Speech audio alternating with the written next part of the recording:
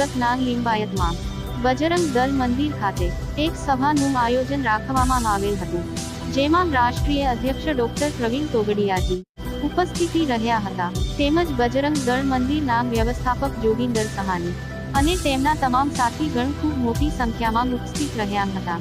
છેલ્લા ઘણા સમયથી નિષ્ક્રિય થઈ ચૂકેલા કાર્યકર્તા જાણોએ સક્રિય થવા માટે શપથ લીધા. ફરી એકવાર સંગઠનને મજબૂત બનાવવા અને ભારત દેશને હિન્દુ રાષ્ટ્ર બનાવવાના વચન લીધા હતા.